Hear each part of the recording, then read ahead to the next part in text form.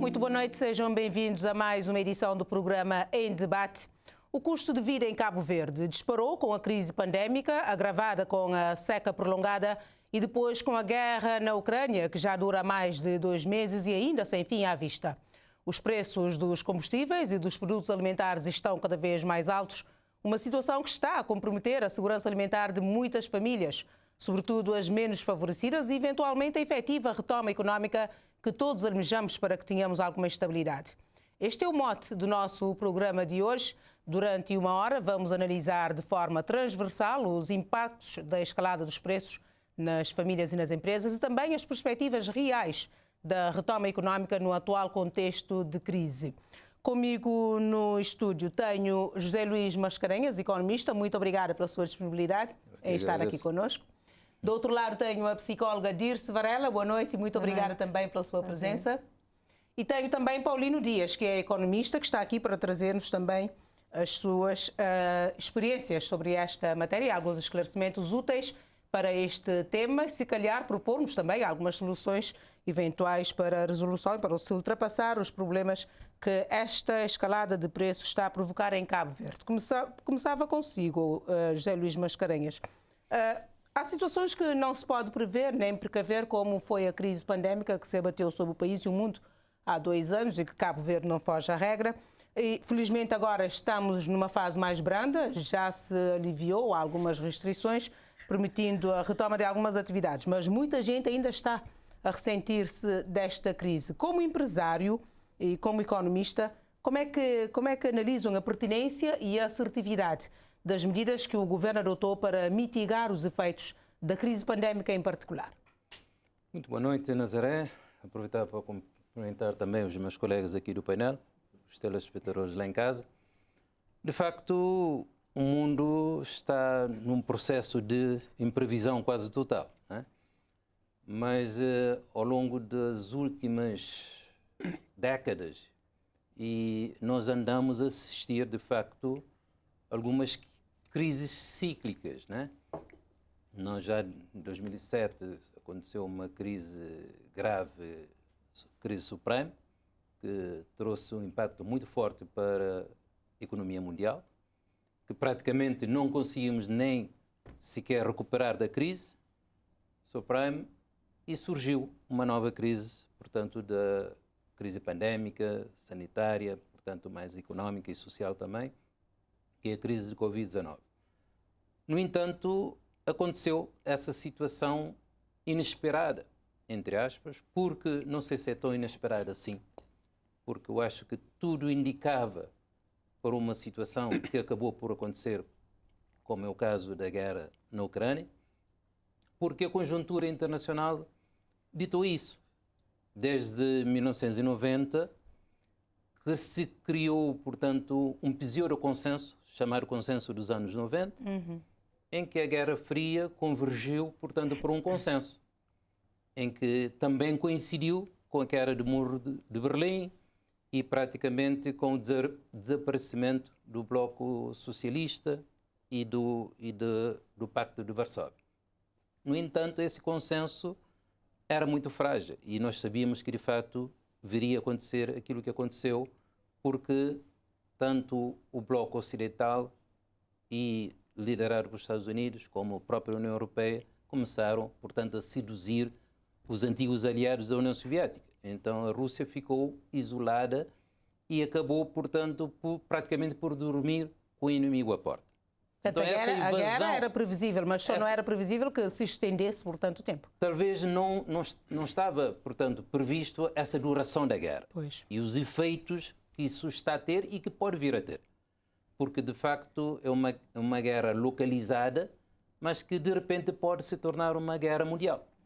Porque, Até porque os efeitos já são quase praticamente mundiais. Já são, com as sanções que se aplicam à Rússia. Já são mundiais. E o facto da Rússia ter tomado essa iniciativa de invadir a Ucrânia não pode sair, portanto, vencida deste processo.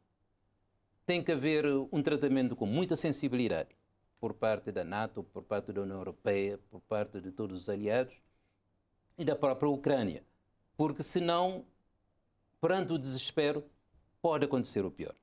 Porque basta invadir um país aliado da NATO, poderá acontecer de facto a Terceira Guerra Mundial. Mexeu com todos. Agora, como é que analisa os impactos desta crise aqui o no impacto país? desta crise, portanto, é a nível global, porque de facto a Ucrânia é um produtor forte, a Rússia também. De muitas matérias-primas, nomeadamente petrolíferas, e isso tem um impacto forte na economia mundial.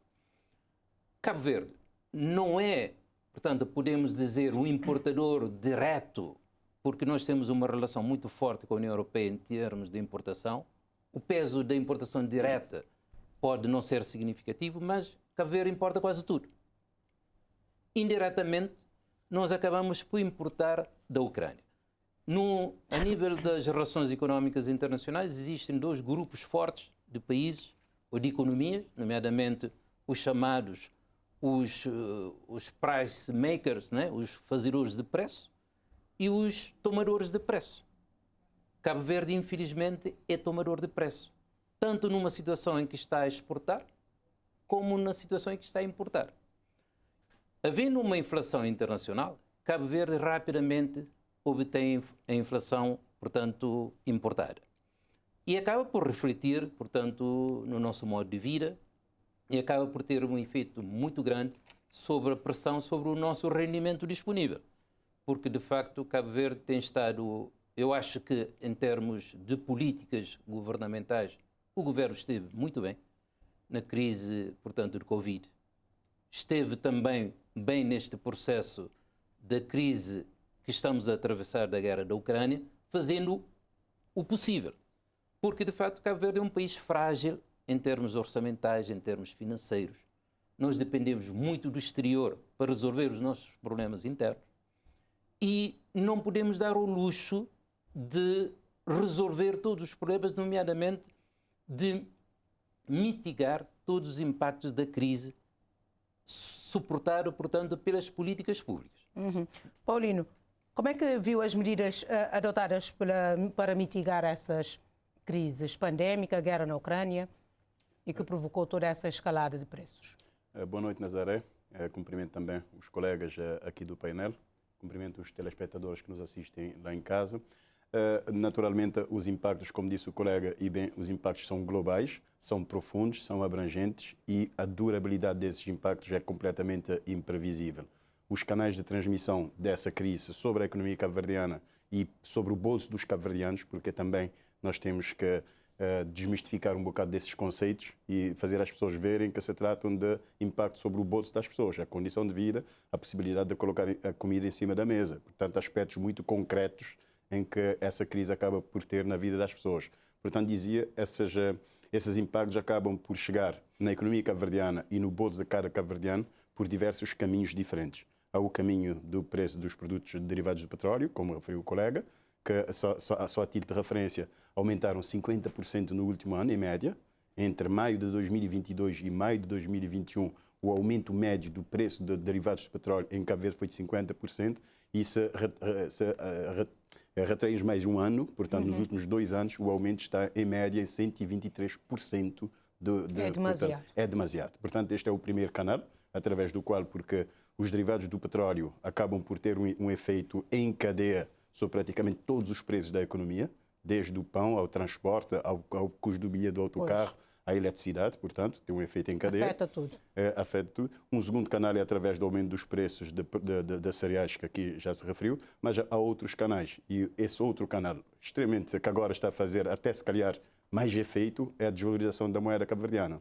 Eu não vou entrar em pormenores para explicar como é que isso está a acontecer ou porquê, mas vale dizer que no último ano também o escudo cabo-verdiano desvalorizou 15%, 7,5% apenas de janeiro a maio deste ano. Isso significa que se antes...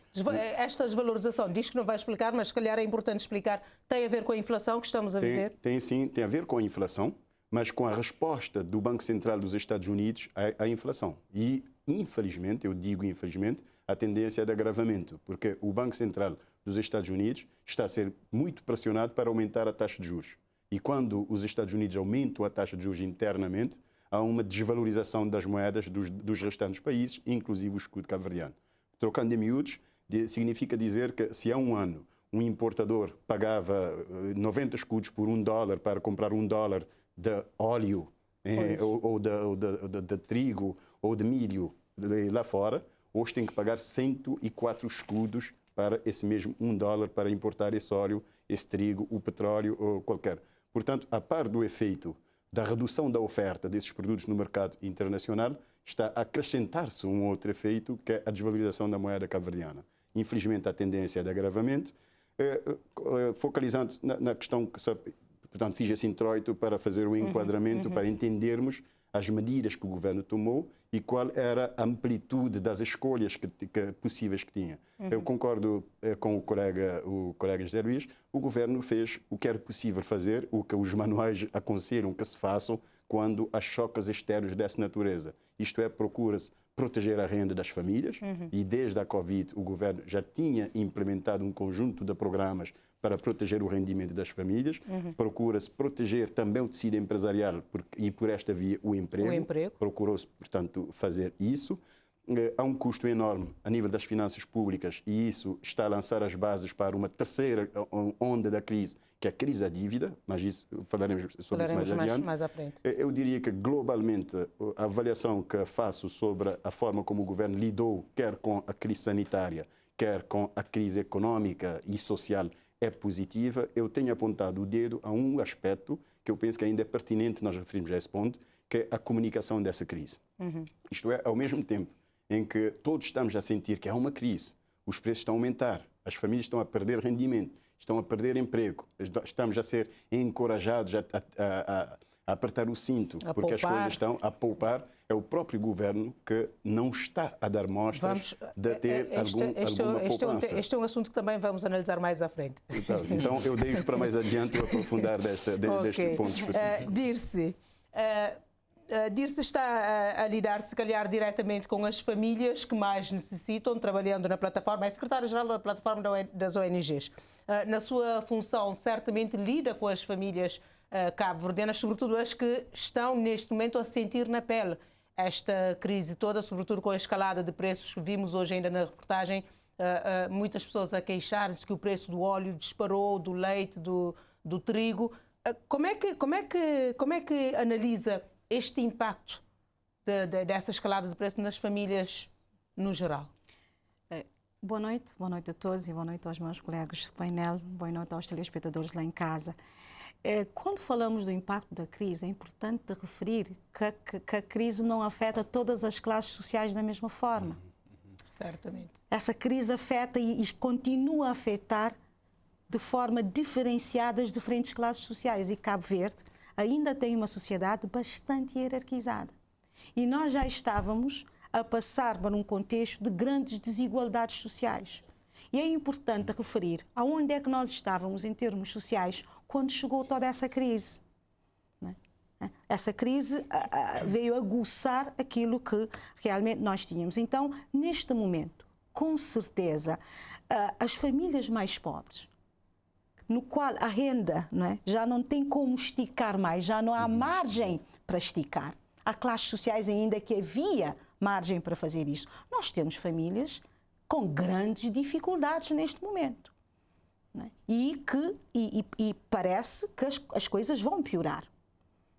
E neste momento, as organizações que trabalham, as organizações de sociedade civil que estão nas comunidades, estão a sentir que o nosso conceito de vulnerabilidade mudou drasticamente. Nós temos o aparecimento de novos pobres,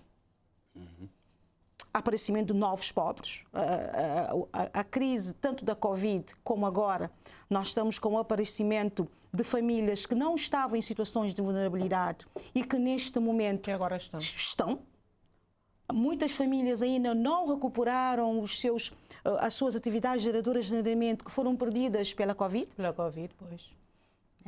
Então estamos neste momento as famílias com um estresse financeiro. Porque apesar das enorme. medidas adotadas pelo governo para garantir o rendimento de algumas famílias com os subsídios que atribuiu para garantir também o emprego, estes apoios todos não preenchem todas as lacunas? Claro que não, claro que não. E o cadastro único, que foi um instrumento extremamente importante, extremamente pertinente, Hoje, olhando para o cadastro, reconhecemos que teve um valor social extremamente importante para a eficiência e eficácia das políticas públicas. Só as políticas públicas não mitigam. O que mitiga é o impacto dessas políticas na vida das pessoas. Pois. Não é a política em si que realmente tem um impacto. O que tem um impacto é que é o nosso calcanhar daqueles em Cabo Verde. Não são a elaboração das políticas, é a implementação das políticas. Até que estas políticas chegam realmente na vida das pessoas e têm impacto na mudança da vida das pessoas. Então, nós estamos neste processo. Eu concordo, o Estado de Cabo Verde esteve bem na implementação de algumas políticas muito assertivas no momento certo. Aqui a urgência das políticas e a visão da implementação conta, né? Porque a fome não espera para amanhã. Pois. E ainda, eu acho que uma das coisas, o nosso caderno de encargos, que temos que aprender alguma coisa com esta crise, não é? Eu acredito que a crise também tem que nos trazer esse caderno de encargos para aprendermos... Pelo menos a priorizar as coisas, né? A priorizar a alocação dos nossos recursos, a prioridade e o investimento no social. Não é? Eu acho que isso ficou claro, que é necessário dar uma outra robustez naquilo que é o contexto social que temos em Cabo Verde. Agora, Zé Luís, quando falamos desta crise toda que o país está a atravessar, até 2020 o país estava a crescer a um ritmo razoável, veio a pandemia, começou a desmoronar-se, os efeitos da seca prolongada passaram a ser mais evidentes e agora com esta situação na Ucrânia está a agravar-se ainda mais. Isto pode pôr em xeque as políticas adotadas para o desenvolvimento, sustentabilidade dessas políticas. O país não poderia estar, de certa forma, mais resiliente para fazer face a esses choques externos? Sem dúvida. Eu acho que o país, Cabo Verde, tem andado bem ao longo da sua, portanto, vida como país independente e tem andado muito bem. Em Cabo Verde há certa tendência para se particularizar tudo, politizar tudo, mas eu acho que todos os cabo-verdianos estão de parabéns, todos os governos, todos os governantes que tiveram no poder durante esses anos, todos estão de parabéns, porque Cabo Verde andou muito bem. Não é por acaso que Cabo Verde passou de um país inviável, de um país, portanto, de um PMA logo de seguida, para um país de rendimento médio num período de 33 anos. Pois. Eu, nas minhas previsões, estava, portanto, a prever que Cabo Verde, numa situação otimista, chegasse ao estatuto de país desenvolvido em 2025. E numa situação de um cenário realista em 2028. Isto não prevendo toda essa situação que estamos a ver agora, né? Que o mundo atravessa. Não prevendo isso, estava a prever um cenário pessimista. Pois. Que poderia acontecer em 2034. Nós, de facto, temos uma série de situações imprevistas, nomeadamente essa seca prolongada. Nós passamos já 5 anos de seca, tem um efeito enorme na nossa estrutura económica, social. Nós também estamos a prever que em 2030 vamos chegar a uma situação de cumprimento da Missão 2030, nomeadamente a erradicação da pobreza, fome zero. E toda esta situação poderá também comprometer o cumprimento destes objetivos e da agenda. Sem dúvida. Provavelmente, a nível das Nações Unidas, poderemos ter a necessidade de rever as metas para 2030. Porque, de facto, há um retrocesso enorme. Só para dar um exemplo, a nível, por exemplo, do turismo, houve uma quebra de 820 mil turistas, aproximadamente, para 200 mil turistas. Perdemos cerca de 600 mil. Passamos para o nível de 2004, 2005. Isso tem um impacto enorme. Um impacto enorme não só em termos de perda de rendimento para privados, que fizeram investimento, mas não tiveram o rendimento correspondente, e os custos fixos permaneceram, porque mesmo fechando os empreendimentos, têm que aguentar os custos fixos. E tiveram que montar, portanto, o sistema para isso. Mas também a nível das receitas públicas, porque o Estado também vive isso. E um Estado frágil como o Estado cabo-verdiano, em que a demanda é enorme, numa situação corrente, muito mais é numa situação de crise. Em que ninguém quer pagar e toda a gente está à espera que o Estado faça alguma coisa. E o Estado não consegue fazer milagres. Porque os rendimentos que o Estado obtém, as receitas públicas, têm que servir, nomeadamente, para dotar, portanto, a população de bens públicos e de bens coletivos. São bens que o privado não está interessado em fornecer ou não tem condições para fornecer. Então o Estado tem que garantir a sua condição de viabilidade financeira para poder continuar a dar ao povo tudo o que necessita. E numa situação de crise, há uma tendência para diminuição de receitas e para aumento de despesas públicas.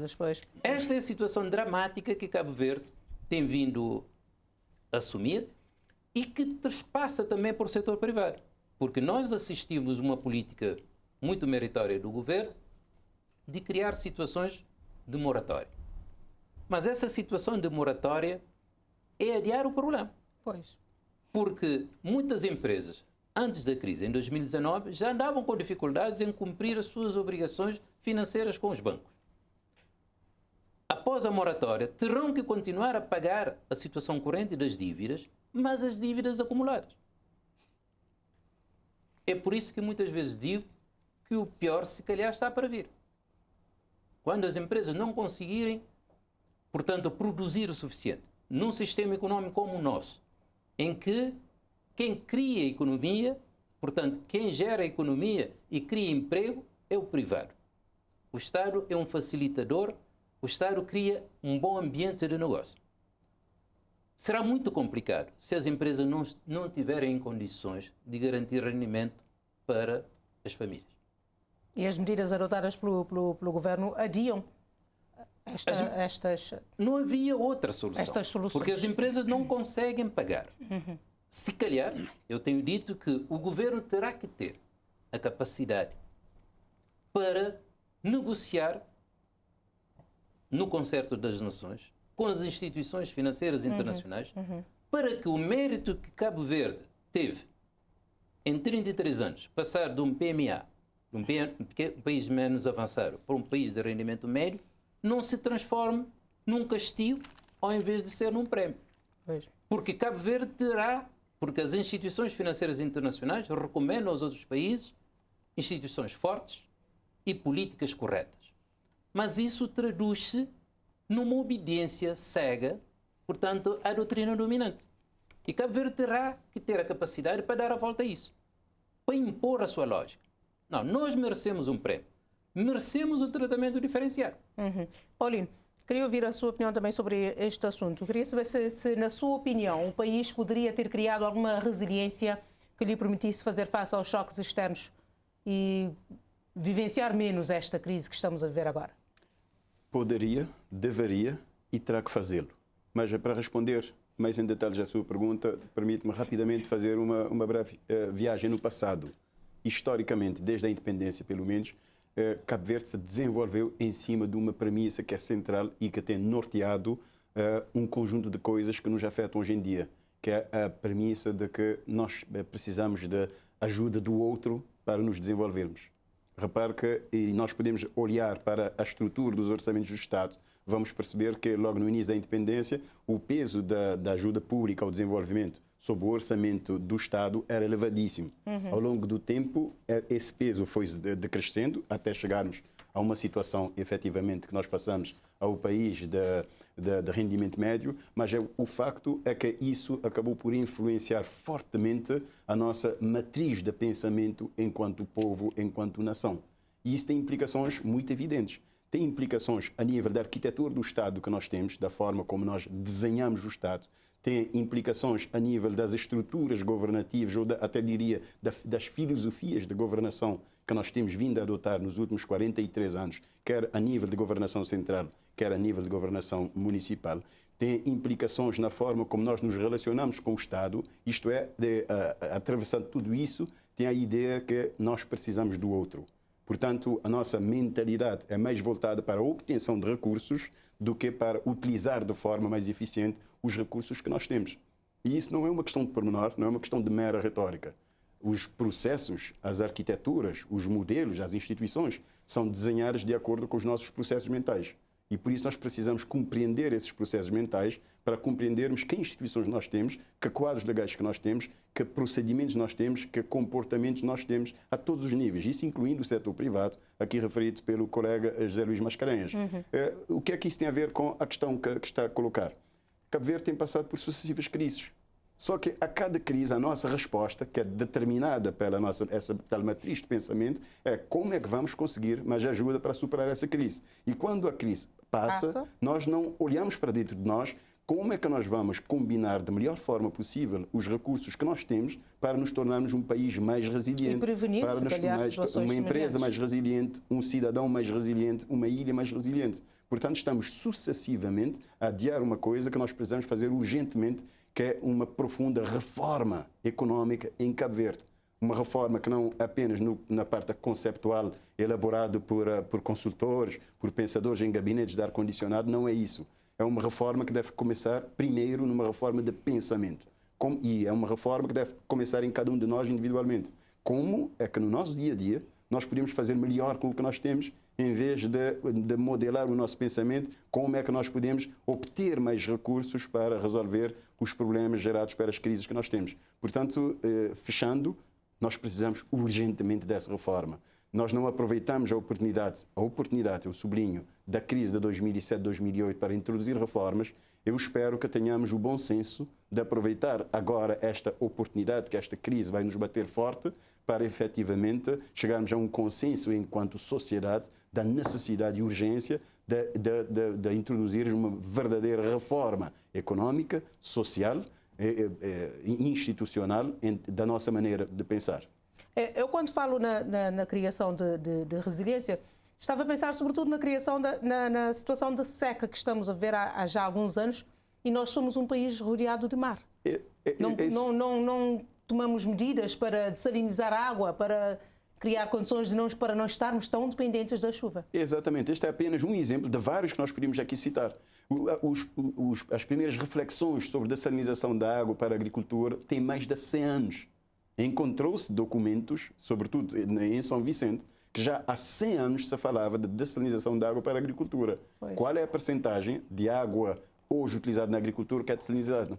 Baixíssima. Isso é apenas um dos exemplos. Pois. Nós podemos aqui citar centenas de exemplos de não termos aproveitado as crises para efetivamente desenharmos e implementarmos soluções deveras estruturantes para reduzir a nossa dependência do outro. E esta situação de seca é sintomática, por exemplo, sobretudo no mundo rural. Quantas famílias temos agora a padecer por causa de falta de chuva? Quer dizer, seguindo o raciocínio de Paulino, esta situação, esta ideia assistencialista que o cabo-verdiano tem também pode servir de exemplo aqui neste contexto. Tentarmos, procurarmos os nossos meios próprios para a subsistência sem estar a depender do Estado. Mas como é que, por exemplo, no meio rural poderia-se fazer isso? Eu acho que o Paulino falou exatamente da tal mudança de paradigma que é urgente. Não é? E tem a ver, sim, com essa atitude que nós temos perante o nosso processo de desenvolvimento. Os nossos modelos de desenvolvimento que Cabo Verde tem tido até agora. Já houve algumas mudanças, mas insistimos e continuamos, e, na verdade, com essa atitude um pouco subveniente em relação a esse processo de desenvolvimento. E o Paulino disse isso muito bem, há que haver toda uma mudança da forma como nós encaramos o desenvolvimento. Cabo Verde tem tido, em termos, por exemplo, das regiões que ficam mais remotas, por exemplo, que não é só neste momento as zonas rurais. Nós temos em cima da mesa ainda por decidir, por exemplo, o tal modelo de descentralização, o tal modelo que possa levar a esses territórios um outro modelo de desenvolvimento descentralizado. Em relação à seca e das zonas rurais, a zona rural, nesse momento em Cabo Verde, eu volto para a questão do território, aí eu volto para a ideia do Paulino, quando ele diz que quando você pensa muito no outro, você deixa de pensar em si próprio, não é? E esse é grave. Mas Cabo Verde, de alguma forma, já mudou um pouco esse paradigma de cooperação, esse paradigma de desenvolvimento, não é? Eu acho que nós estamos, os ODS e a Agenda 2030 veio trazer essa visão que o Paulinho está aqui a dizer, que neste momento, toda a estratégia de desenvolvimento está alinhado nesta perspectiva do território, nessa perspectiva de um desenvolvimento top-down, mas também num desenvolvimento no qual cada país tem a responsabilidade de explorar todos os recursos que tem de forma sustentável. Eu acho que esta já é o início dessa mudança de paradigma, não é? A seca, como disse, já não é uma novidade, não é? Acho que Cabo Verde já tem, mas eu, ao contrário do que disse ao Paulinho, eu acho que nós temos trabalhado nas zonas rurais e o Estado tem conseguido, eu acho que ainda há um caminho a ser percorrido, a trabalhar um pouco essa resiliência. Não é? Sim, porque também, diga-se em abono da verdade, apesar dos vários anos de seca, os nossos mercados continuam abastecidos. Com muita importação, não é? Com muita importação, mas continua. Tem havido muito investimento no desenvolvimento rural. Tem havido muito desenvolvimento até na matéria da educação dos nossos agricultores. Não é? E estamos a ver isso neste momento. Mesmo com a crise, a forma como nós produzimos, né? A rega gota a gota, a implementação da rega gota a gota foi uma prática muito importante de resiliência. O maior aproveitamento daquilo que temos, o pouco que temos, que é a água, temos que aprender a utilizá-la de forma sustentável. As novas culturas. Né? Hoje nós temos agricultores com uma outra visão de como utilizar a sua terra, como rentabilizar o pedaço da terra que tem. Então, de alguma forma, nós estamos neste processo. São alguns dos ensinamentos que também estas crises que nos ajudam a ter alguma resiliência. E como é que se vê toda essa situação de crise poderá comprometer o cumprimento dos objetivos de desenvolvimento sustentável, a maior parte dos objetivos? Mas é mundial. Os objetivos de desenvolvimento, cada contexto, cada Estado, não é? Contextualiza aquilo dentro daquilo que é a sua realidade social, económica e política. Não é? Mas está a comprometer. O não deixar ninguém para trás, neste momento, as pessoas que estão a ficar para trás, é uma coisa impressionante. Pois. E foi aqui dito pelos economistas, quer dizer, as perdas que nós já tivemos e até recuperar tudo aquilo que foi perdido, olha o poder de compra neste momento das famílias cabo-verdianas, o grau de estresse que está sobre a mesa, famílias terem que fazer escolhas que vão diretamente afetar a sua qualidade de vida. Fazer escolhas entre pagar a conta de luz ou colocar a criança no jardim. Entre pagar a renda da casa e comer. Porque no agregado familiar apenas um está a trazer o rendimento. Antes era 2. E isso traz um estresse enorme para as famílias e que vai desencadear em vários outros males sociais. Pois, que vamos falar mais à frente. E toda esta situação de crise está a despoltar a inflação, claro, e não há como exigir agora, neste momento, um aumento salarial, a atualização salarial. Não sei se não há como. Também não se pode exigir que seja sempre, portanto, as famílias a pagarem tudo, né? Nós temos que arranjar um equilíbrio. É importante que haja um equilíbrio no espaço de concertação social, onde está o governo, mas também está a entidade patronal, estão os sindicatos. E os sindicatos ainda hoje, o SIACSA pelo menos exigia, o NCCS já tinha feito a atualização salarial, porque realmente os cabo-verdianos estão a perder o seu poder de compra. É muito importante que aquilo que se disse, portanto, há uma erosão a nível do rendimento familiar. E muitas vezes já não há espaço para se tirar mais nada. Já a escola clássica dizia que a economia é uma ciência de escolhas, né, para gerir recursos escassos. Então nós aprendemos a fazer essa gestão. Nem toda a família tem essa capacidade para gerir recursos escassos, mas mesmo para gerir precisa haver recursos, né? Quando não há recursos, torna-se tudo mais complicado. E a economia vive de uma variável muito importante, que é a poupança. Né? Porque o sistema financeiro funciona à base da poupança. Porque o dinheiro que vamos buscar ao banco não é do banco, é das famílias. E então é muito importante garantir condições necessárias para a família continuar a poupar. Porque, no fundo, o que é que o sistema financeiro faz? É tomar dinheiro junto de quem tem capacidade de poupar, aliás, tem dinheiro, mas não sabe o que fazer com o dinheiro, para entregar a quem sabe o que fazer com o dinheiro, mas não tem dinheiro suficiente, que são os investidores. Então, nós temos que continuar a alimentar esse sistema, porque o sistema financeiro é fundamental para qualquer economia funcionar. Porque sem financiamento não há investimento. Então, nós temos que ir à origem, que no fundo são as famílias. Entre os agentes económicos, a família tem um papel fundamental, e permitir que as famílias continuem, de facto, a poder poupar. E nós precisamos de muita literacia financeira, porque eu sou economista, mas a nova geração, nomeadamente até as minhas filhas, já começaram a dar lições. A dizer, pai, tu não podes consumir para depois poupar. A poupança tem que vir em primeiro lugar. Tens que poupar para depois saber o que é que podes consumir. Então é uma lógica de funcionamento muito importante, que é preciso levar as famílias cabo-verdianas.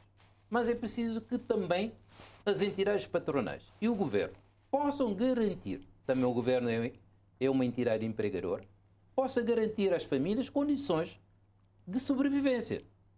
Porque a pirâmide de Maslow é muito claro nisso. O homem, quando a sua sobrevivência está em causa, não tem outras necessidades. A única necessidade que tem é a sobrevivência. Então, nenhum homem que está a correr risco de sobrevivência está a pensar em poupança. Está a pensar na sobrevivência do sistema financeiro. Portanto, nós temos que garantir, em primeiro lugar, que haja condições de sobrevivência. E depois vêm as outras necessidades, até a autoestima. Paulino. É uma questão muito complexa, Nazaré. Essa decisão de aumentar salários neste contexto ou não é uma decisão que não é fácil. E permite-me rapidamente explicar o porquê, ou procurar explicar o porquê. Primeiro, há uma variável que é preciso monitorizar muito de perto, e quem tem a competência e a responsabilidade para monitorizar essa variável é o Banco Central, que é a inflação. Portanto, neste momento, aliás, num contexto como este, a inflação é um dos indicadores econômicos mais preocupantes. Quando se perde o controle da inflação, significa que mesmo o rendimento que a pessoa tem não vai conseguir adquirir o mesmo cabaz de géneros que adquiriu no mês anterior. Portanto, tem implicações muito práticas, muito concretas sobre a vida das pessoas e a sua qualidade de vida. Este é um ponto. O segundo ponto a ressaltar é que o Banco Central tem especiais responsabilidades na monitorização e gestão da inflação até um certo limite. Não pode, por si só, determinar a taxa de inflação. Há outros aspectos que entram em conta que o Banco Central não controla, mas pronto, tem algumas ferramentas que podem ajudá-lo a suavizar um pouco, mas essas ferramentas também são limitadas. Há um outro aspecto. Neste momento, a inflação que nós estamos a assistir, e vale sublinhar o preço, só para introduzir também rapidamente esse conceito, o preço advém de uma relação entre a oferta e a procura. O preço agora que as pessoas estão a dizer do óleo, do petróleo, do açúcar, do arroz, advém de uma dinâmica entre a oferta e a procura. Neste momento, o aumento de preços que se está a verificar na economia é por causa de valores de variáveis do lado da oferta. Isto é, quer porque há menos óleo no mercado, há menos arroz no mercado, há menos milho e por aí adiante, e aí os preços aumentam, ou por causa da desvalorização da moeda que eu referi há pouco. Portanto, são choques que nós dizemos do lado da oferta desses produtos. Se aumenta o salário, o que é que vai acontecer? As pessoas, naturalmente, vão ter mais dinheiro e o que é que as pessoas vão fazer? Vão comprar mais. E quando há um aumento da procura, o que é que tem de acontecer? Essas senhoras no mercado do Platô ensinam-nos essa lição brilhantemente. Quando há um aumento da procura por tomate, aumenta o preço do tomate. E assim sucessivamente. Significa que, quando já temos uma inflação elevada, se aumenta o rendimento das famílias, a tendência dessas famílias irem fazer compras. E aqui é que há o drama, há uma armadilha até dramática. Se as pessoas têm mais rendimento, vão fazer mais compras e isso aumenta ainda mais o preço e agrava a sua condição de vida. Portanto, do ponto de vista de políticas económicas, é uma escolha extremamente difícil entre aumentar o salário das pessoas, sabendo que temos uma inflação e o aumento do salário das pessoas vai agravar essa inflação, ou procurar outros caminhos de abaixar o preço para preservar o poder de compra das famílias, mantendo o mesmo rendimento. Mas que outros caminhos seria possível procurar neste sentido, neste aspecto? Há um outro aspecto, só para terminar esse raciocínio, há um outro aspecto que é importante ter em conta. O governo, nós estamos a um nível de endividamento de 150% do PIB. Portanto, em termos orçamentais, claro que o governo pode fazer poupanças e eu acredito que há espaço para se poupar mais, eu acredito. Ainda não, o governo não esgotou todas as suas opções em termos da poupança, do peso da máquina do Estado, mas indo à sua pergunta, o que é que o governo pode fazer? Já está a fazer, por exemplo, introduzindo mecanismos de subsidiação. Já suspendeu, a nível dos combustíveis, por exemplo, o mecanismo de fixação de preços dos combustíveis, que era um mecanismo transparente, no sentido de que, quando aumenta o preço do barril de petróleo lá fora, o preço repercute-se automaticamente internamente e vice-versa. Portanto, o governo já suspendeu, é uma das ferramentas para tentar atuar sobre o preço dos combustíveis e demais preços no sistema. Negociou com as empresas importadoras de cereais também um intervalo de tempo para, de alguma forma, subsidiar o aumento e, digamos, assumir parte deste aumento de preço. São mecanismos, são respostas de políticas que têm como objetivo reduzir o preço, preservando, digamos, o poder de compra das famílias, sem aumentar o rendimento das famílias. Mas, talvez, só para complementar aquilo que o Paulino estava a dizer, o Paulino falou em dois conceitos muito importantes. O primeiro conceito é a armadilha de liquidez. Sim. Portanto, nós queremos mais dinheiro, mas ter mais dinheiro pode ser um grande risco para nós próprios, porque podemos aumentar ainda mais a inflação e agravar a nossa situação. Portanto, é uma gestão em termos de política económica muito difícil, que é preciso fazer. Um outro conceito também que o Paulino falou tem a ver com preços corretos. O subsídio, portanto, é uma medida para subsidiar os preços quando estamos numa situação de crise como esta. Mas uma das regras do funcionamento da economia do mercado, que é a opção, portanto, o modelo económico que nós estamos a seguir, é a aplicação dos preços corretos do mercado. É isso que vem, portanto, na filosofia da economia liberal, que vem desde Adam Smith, que diz que o Estado não deve intervir na economia. O Estado, porque há uma mão invisível que leva tudo para o equilíbrio.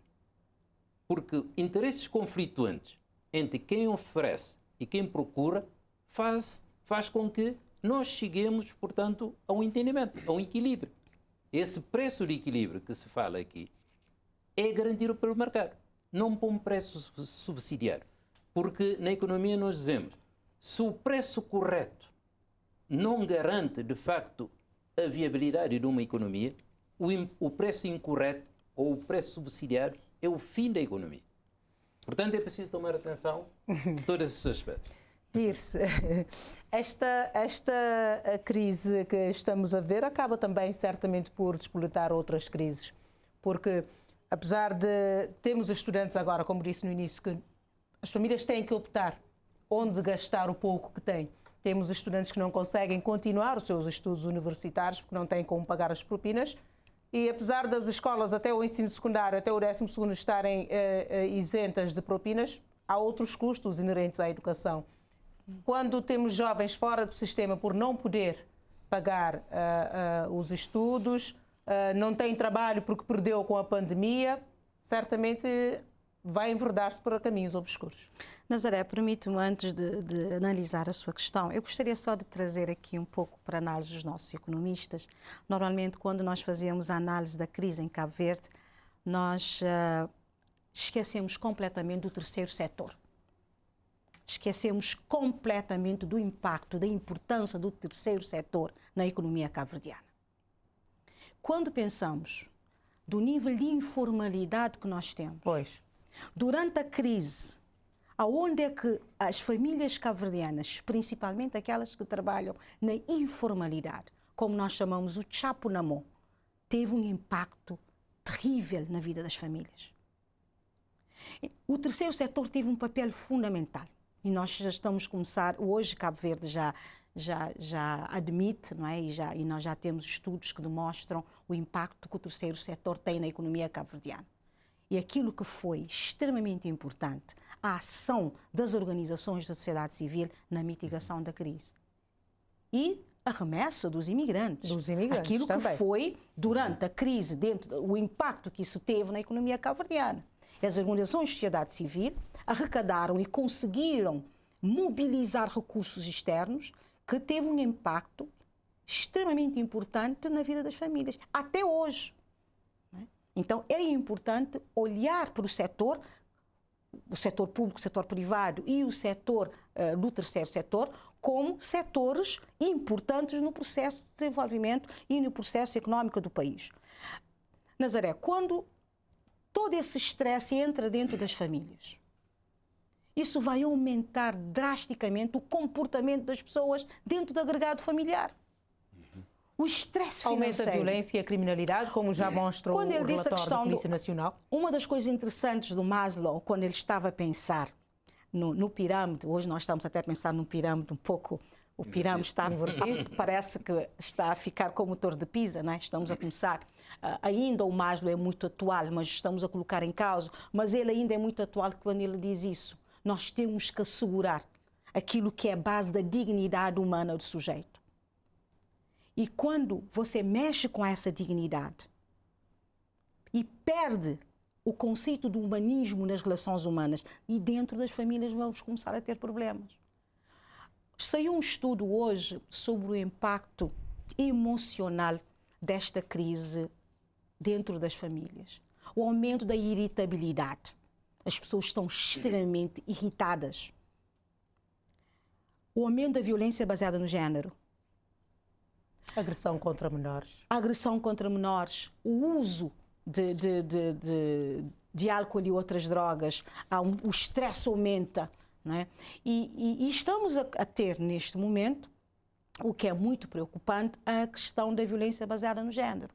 Esse estudo mostrou que os agregados familiares são sob um elevado nível de estresse e o maltrato das crianças, exatamente também derivado desse aumento da irritabilidade. E falando na questão da educação. A educação foi um setor que ainda nós não temos dados concretos de como é que essa crise, na verdade, afetou não só o processo de aprendizagem, como afetou toda a comunidade educativa, mas em Cabo Verde é só ver pelas universidades como é que aumentou a dívida, né? Que já era elevada antes da crise. Que já era elevada. E neste momento as famílias, pagar a escola, e entra o Maslow, entre pagar a escola e pagar o teto, o Maslow vai dizer, olha, é o teto. E as outras coisas vão ficar para o segundo e o terceiro plano, aumentando assim o estresse das famílias. Agora, esta situação de que fala agora está espelhada nos resultados do censo 2021, que também foi feito em plena crise pandémica, com aumento de pobrezas, aumento de pessoas a viverem em barracas e, sobretudo, a imigração de jovens em idade reprodutiva. Que olhar lança esses resultados? Temos jovens na faixa dos 15 aos 34 a emigrarem-se. O país perdeu esta faixa etária. Eu acho que não é uma questão de perder a faixa etária, não é? Estamos num momento... Quando eu ouço, na verdade, os economistas a falarem de toda essa análise que é extremamente interessante, e eu aqui no meu lado a pensar, sim, e o social, e o efeito disto, e o impacto disto. Cabo Verde, nós precisamos de ter políticas mais assertivas para a juventude. Agora, e dentro o censo mostrou isso, precisamos de opções aqui no território. Aí eu volto à ideia do Paulino. Estamos sem opções. Estamos sem opções. E há uma sensação da juventude de que o futuro está não aqui, mas lá fora. Não está aqui, mas lá fora. E é por isso que nós temos que aprimorar as nossas políticas de emprego, as nossas políticas de formação universitária, temos que aprimorar e incentivar o empreendedorismo jovem, políticas mais assertivas do acesso ao dinheiro. Acesso ao dinheiro em Cabo Verde é extremamente caro. Acesso ao dinheiro é extremamente caro. E uma das visões do terceiro setor é fazer com que o sujeito, o cidadão cabo-verdiano, tenha acesso ao dinheiro. E estamos a trabalhar neste momento com o governo de políticas de atividades geradoras de rendimento, para que as famílias possam ter atividades, autonomia que possam gerar autoemprego, que possa gerar dinheiro. E os economistas têm razão, nós temos que ter acesso ao dinheiro. Não há luta contra a pobreza sem acesso ao dinheiro. E aqui as microfinanças, as políticas outras deste acesso às microfinanças são opções extremamente importantes para Cabo Verde. E têm sido muito importantes na mitigação da crise para o mais pobre. Porque a resposta aqui não são os bancos que nós temos hoje e que nem todo no figurino que nós temos. Não é? Então, nesse momento, temos que pensar em formas financeiras, em modelos financeiros que possam, de alguma forma, adaptar aquilo que é o tecido social que nós temos em Cabo Verde. Agora, falando de uma forma mais macro, como é que perspectivam, já estamos mesmo a terminar o nosso programa, como é que perspectivam a retoma do turismo, que começamos já a retoma, mas perante este cenário de incertezas, de não sabermos como é que a guerra vai terminar, a Europa está toda praticamente envolvida nesta guerra, como é que perspectivam a retoma efetiva da economia cabo-verdiana e do turismo? Dizem que todas as crises trazem oportunidades. Como é que Cabo Verde pode aproveitar-se desta crise para tirar alguma vantagem? Sem dúvida que é uma grande oportunidade no meio desta crise. Eu muitas vezes digo, meio a provocar, que Covid foi um mal que veio por bem. Mas antes de responder a essa questão, eu gostaria só de complementar um bocado aquilo que disse, porque uma das condições de indução do desenvolvimento não é acesso ao dinheiro, é acesso ao dinheiro barato. Portanto, temos que ter acesso a um dinheiro barato. É uma das condições do desenvolvimento. E a nível da microempresa, o acesso ao dinheiro é muito caro. Portanto, por quê? Porque por detrás da gestão do crédito, do microcrédito, há o custo de transação. E há a simetria da informação. Isto é, o custo de transação porque são pequenos montantes em que o custo não justifica o benefício que o banco tem. Portanto, a gerir créditos de 20, 30 contos. E depois há a simetria da informação, que faz com que haja, de fato, um aumento da taxa de juros. O que é a simetria da informação? Mas também é um serviço mesmo para pessoas que não têm acesso aos grandes bancos. Exato. Mas é isso que eles estão É um processo diferente. Exato. Quem está a pagar ou quem está a contrair o empréstimo domina a informação que o banco não domina, nomeadamente a sua vontade, a sua boa-fé em pagar a dívida. Por isso, quando o risco é elevado, não há condições de garantia, o banco tende a aumentar a taxa de juros. E isso complica a gestão de microcréditos. Aí faz sentido, portanto, haver uma taxa de juros elevada.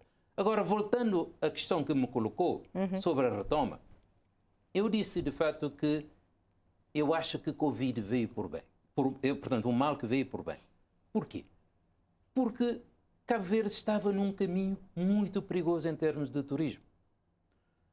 Eu tenho estado a defender isso desde 2003, que há necessidade, de fato, de uma diversificação do turismo. Nós abrimos, eu abri um hotel em 2006 e o lema que eu escolhi para esse hotel é por um turismo diferente, em 2006. E venho pregando no deserto sobre isso, porque de facto pôs-se na cabeça que o turismo é sol e praia. Um erro de concessão, inicialmente. Partiu-se do princípio que, porque há mais de 20 produtos turísticos, e sol e praia é o produto tradicional, que alavancou o turismo como setor da atividade econômica. E muita gente pensou que turismo é só sol e praia. E nós Cabo Verde é procurado pelo turismo de sol e praia. Exato. E entendeu-se também que o turismo traz muitos malefícios. E então optou-se, não só porque havia uma infraestrutura na altura no Sal, que é o aeroporto internacional, mas também porque o turismo traz muitos malefícios. Vamos colocar o turismo numa ilha isolada, com pouca população, para não espalhar tanto o malefício do turismo. Então eu digo que o turismo ficou numa ilha madrasta, uma ilha sem filhos. Isso tem desenvolvido aquilo que nós chamamos de índice de irritabilidade, Irritex, que numa fase a população está curiosa a ver o que é que isso dá. E há uma outra fase seguinte que a população até aceita o turismo com a vinda de imigrantes para resolver os problemas internos, até eles nem querem fazer esse trabalho.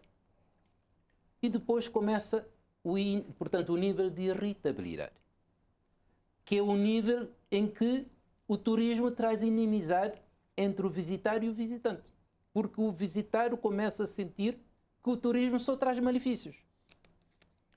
É isso que está a acontecer em Cabo Verde. Portanto, nós acabamos por desenvolver o turismo em ilhas sem população.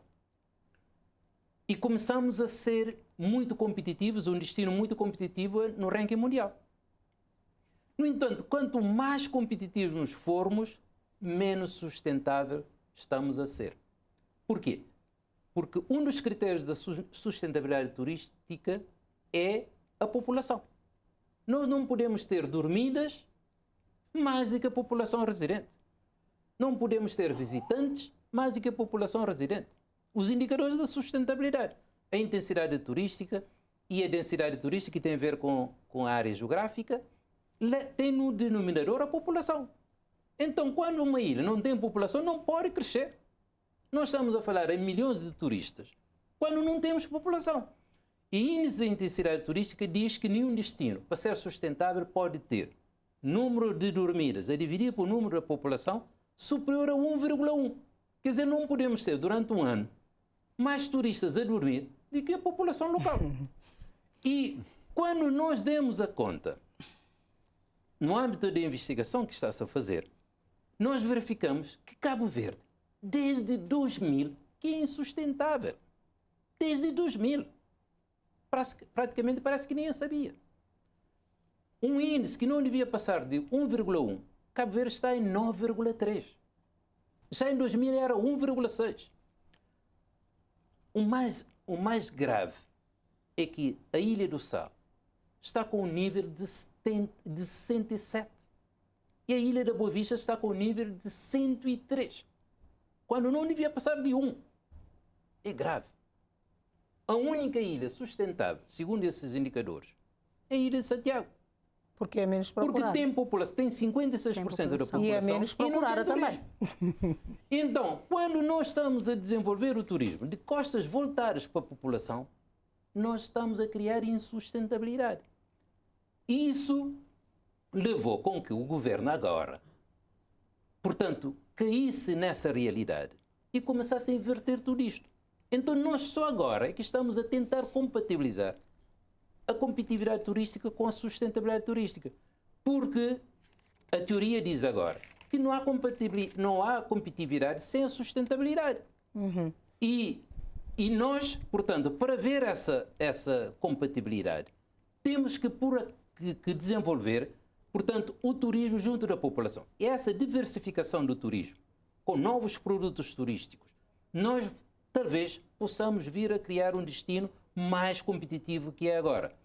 E porque eu acredito, e os estudos científicos têm revelado isso, que os recursos mais estratégicos de Cabo Verde em termos turísticos não é sol e praia, mas sim que é o homem cabo-verdiano, a sua diversidade cultural, as montanhas, o seu património, portanto, histórico-cultural. Há muitos produtos culturais ainda que precisam ser uma cidade velha, uhum, que é património mundial. Pois. Porque a criolidade representa um recurso que nós não conseguimos explorar. Já estamos mesmo a terminar. Paulino, como é que prevê a retoma económica e do turismo neste contexto de crise? Sendo certo também que esta crise, esta pandemia, veio mostrar-nos de que não devemos apostar todas as fichas no turismo. Porque vimos o que é que deu com a Covid-19. Ficou tudo no zero. A diversificação económica é muito importante, porque o turismo só é útil se desenvolver as relações intra e intersetoriais. Pois. Porque nós importamos, neste momento, em 2015 eu fiz a investigação, nós importávamos 91% de tudo que se consome nos hotéis. Já em 2019 fui atualizar essa investigação e vi que de fato já baixamos para cerca de 72%. Porque de fato as relações intersetoriais começaram a ser desenvolvidas, que é o efeito fundamental para Paulino, o turismo mesmo e para a nossa para economia. terminar, qual a sua opinião sobre isso? Muito rapidamente, porque eu sei que já estamos em cima da hora e ainda gostaríamos de ouvir também a colega Dirce, para dizer que apesar do quadro ser preocupante, não vamos aqui dourar a pílula. Nos próximos meses o quadro é preocupante a todos os níveis, no plano econômico, no plano social, mas aqui aproveito para dizer à colega Dirce que os economistas têm o homem enquanto centro de toda a sua reflexão. Portanto, nós somos também as ciências sociais, não estamos descolados do ser humano. A diferença é que os economistas... Não é a diferença, a complementaridade é que a ciência económica procura explorar como combinar os recursos da forma mais eficiente para melhorar a condição de vida das pessoas. Portanto, complementamos o serviço dos outros ramos das ciências sociais. Mas eu diria, apesar de o ambiente ser, o contexto ser desafiador, que vai exigir muita coragem, muita perseverança, mas acima de tudo, muita solidariedade de cada um dos cabo-verdianos para com o próximo, mas eu quero ter um pensamento positivo relativamente à recuperação da economia cabo-verdiana, à recuperação do fluxo turístico. Aqui eu penso que a guerra entre a Rússia e a Ucrânia terá um impacto positivo sobre o turismo em Cabo Verde. Aliás, os dados preliminares já estão a mostrar essa tendência, porque o Mar Negro é um dos destinos que costuma ser também concorrente de Cabo Verde, e quando há um problema desta natureza, os grandes grupos tour operators costumam desviar o fluxo para destinos mais estáveis, e aqui isso poderá ser um benefício para Cabo Verde. Aliás, vale dizer que as projeções da atracação de navios cruzeiros para este ano já vão estar a 75% de todo do período máximo em 2018 ou 2019. Portanto, para este ano estão previstas 113 escalas, acho. Que corresponde a 75% do número de escalas ocorridas em 2019, porque é muito bom. Portanto, para dizer o seguinte, Nazaré, apesar desse contexto desafiador, eu acredito que o turismo vai recuperar-se caso, naturalmente, estamos no plano das imprevisibilidades, mas caso, digamos, a situação não se agravar mais ainda no plano do conflito militar na Euroásia, portanto, a recuperação do turismo poderá ser um balão de oxigênio para ajudar a suavizar as coisas. 2022 vai ser um ano difícil, eventualmente ainda 2023, sobretudo no primeiro semestre, mas eu acredito que a partir do segundo semestre de 2023, de calhar, poderemos vir a entrar num ritmo de crescimento económico bastante acelerado. E isso não vou entrar em detalhes, mas é explicado pelos ciclos económicos. Portanto, isso é para deixar também uma mensagem positiva, né? Só uma mensagem positiva que eu queria deixar. Eu sei que o tempo está curto, mas também vai deixar a sua mensagem positiva. 30 segundos. Não há drama. Portanto, eu acho que o turismo vai recuperar rapidamente, porque muita gente quer sair, quer ir de férias. Portanto, há um mercado vasto e há um segmento até para aliviar o stress da crise, né? A nível do destino Cabo Verde, eu acho que o que deve ser a nossa receita é nós pensarmos não na quantidade de turistas, mas na qualidade do turista. Menos turistas, um maior valor acrescentado. Dirce, qual será a sua mensagem positiva neste programa? Eu concordo, eu acho que o cabo-verdiano é um povo de muita fé. Nós somos um povo também resiliente. Sabemos lidar, não é a nossa primeira crise. É só vermos um pouco para a nossa história. Já passamos por situações muito difíceis. O cabo-verdiano é um povo muito temente a Deus. E uma das coisas que a Covid nos trouxe, voltou a cara do homem para cima. Não é? Houve toda uma mudança, a espiritualidade aqui teve um papel fundamental, mas nós estamos expectantes nessa retoma. Em termos sociais, o Cabo Verde, o Estado de Cabo Verde está a trabalhar neste momento no programa Mais. Estamos muito expectantes com os produtos e as linhas importantes do programa Mais, que esperamos que vai ter, na verdade, um impacto. Em termos da retomada do turismo, e aqui eu concordo plenamente, que esse turismo traga também a retomada do desenvolvimento das comunidades. Que isso possa trazer também uma mais-valia para as comunidades. porque há ali também um nicho muito importante para o desenvolvimento das famílias, para tirar o maior proveito daquilo que são os turistas que chegam. Então, essa retomada tem que ser feita em outros moldes. Como o turismo que, de resto, é feito em Santo Antão. Exatamente, e com uma outra visão daquilo que é o turismo comunitário. Pois. Cabo Verde tem comunidades. É só ver para Santo Antão. Eu estou a ver a cara do Paulino aqui e a ver Não, Ribeira falou Grande, turismo comunitário também. e a ver Paulo, porque ele tem cara do Paulo, né? E da Ribeira Grande. Quer dizer, Saber da torre. e essa retoma, e eu vejo também expectante e com muita esperança de que as famílias e as comunidades possam também fazer parte dessa grande economia e usufruir dessa retomada. Mas eu acredito que bons dias virão e que vamos olhar para trás com certeza. e ver Deus tudo é Pai. aquilo que nós aprendemos com a Covid. Se Deus quiser. Muito obrigada, meus senhores, pela vossa disponibilidade em estar aqui neste programa. Espero que estejam disponíveis para vir para cá mais vezes, caso for necessário. Com certeza. E para si lá em casa, muito obrigada por nos ter acompanhado até agora e contamos a regressar na próxima quinta-feira com outro tema e outros convidados. Muito boa noite.